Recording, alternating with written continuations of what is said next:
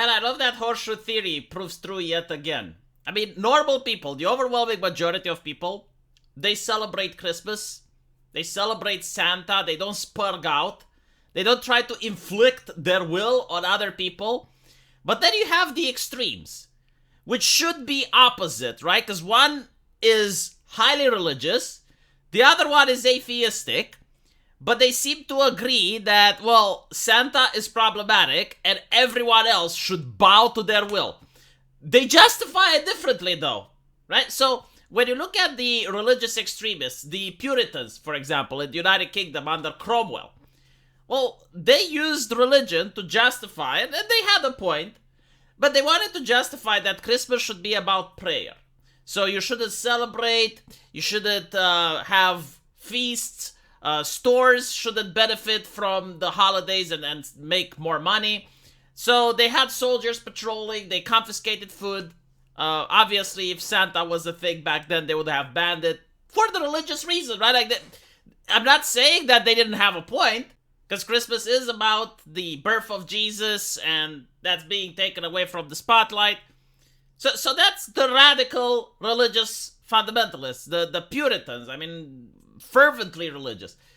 But then you have, like, the people on the far left who are like, oh my god, well, Santa is problematic, right? And they want everyone to stop celebrating Santa, or at least change the race of Santa to cause such confusion that children stop believing. I mean, imagine going to a mall and you see Santa that's white, and then you go to another mall and Santa is black, and then you go to another mall. Like, kids are going to either believe that he's a shapeshifter, guilty of racismus and blackface, or they're going to say, hold on a little bit, this is weird. Like, I saw Santa on TV, why is he not in the Coca-Cola commercial?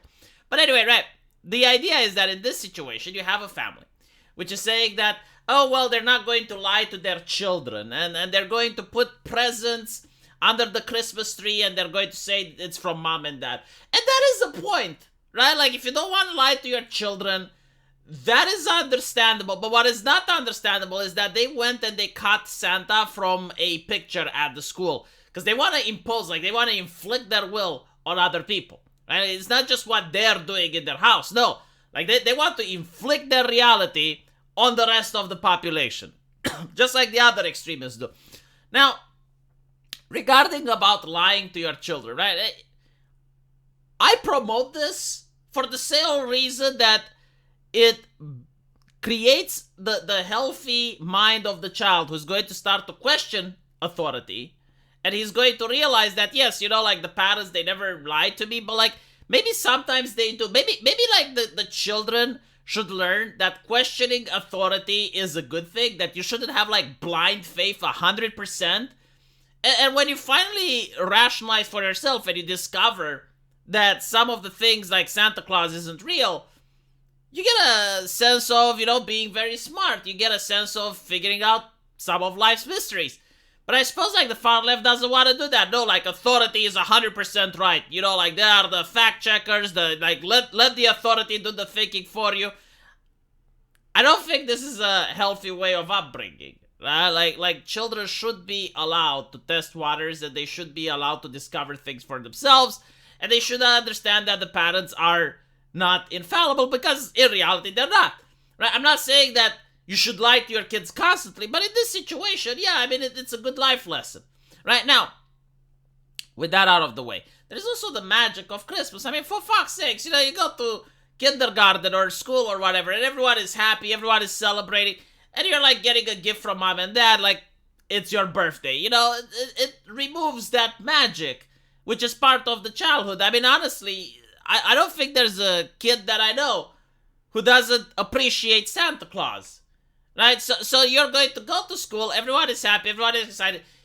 People won't believe you anyway, which is yet another interesting aspect. I remember the severe beatings in the playground from various classmates who like to believe, and you are bringing harmful and dangerous misinformation that Santa isn't real. They would get aggravated, right? Like, it shows, like, the group dynamics. But, like, what I'm trying to say is that it is part of childhood. Like, taking that away seems a little bit mean-spirited. Like, why? Because the reason the parents are doing this is not because, like, they don't want to lie to their child. No, like, they want to impose their will on other people. Because otherwise, like, if it was just not to lie to their child, then you wouldn't even hear about it. But no, like, they wanted to make a big public fuss about it. They wanted the spotlight. They wanted the spectacle. They used their children as a vehicle in order to do this. So, I do think that it's not a good thing to do. And, yeah, I mean, you know, Santa, the Tooth Fairy, like, that type of shit. I figured out the Tooth Fairy by myself, by the way. Like, that's how it started. That was the string that I started to unravel. Because I figured out, it's like, okay, if I put a tooth under my pillow and I don't tell my parents and I don't receive money, then that means that the Tooth Fairy is my parents. If I don't tell my parents about the tooth and I find money the next day, then the Tooth Fairy is real and I debunked it. Fucking debunked. Do you know how proud I was? And it's like, okay, so if the Tooth Fairy isn't real, what else are they lying to me about? Right? And then I went like, okay, well, let's check with Santa Claus. And then I pretended to sleep. And I was spying. And I figured it out. I found it out. You know, I felt really good about that shit.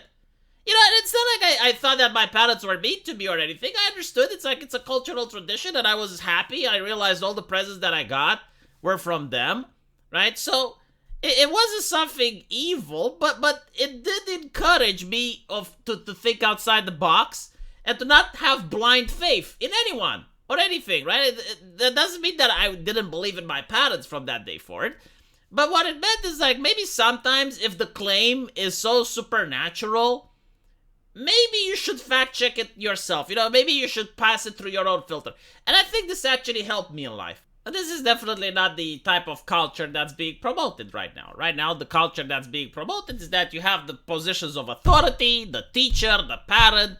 You should never question them. You should never step out of line. You should never think for yourself. I mean, during the pandemic, there were so many articles. I remember in the newspapers, within a couple of days, you had like 10 or 15 articles saying that you shouldn't fact check for yourself. You shouldn't do critical thinking. You shouldn't do these things. And I think, like, my fucking God, you know, like, imagine having some bureaucrats do the thinking for you. What a great time to be alive. You know, like, if I don't even have to think, what do I need to do then? Like, because you don't have to go to work. You sit in your house. The government gives you welfare.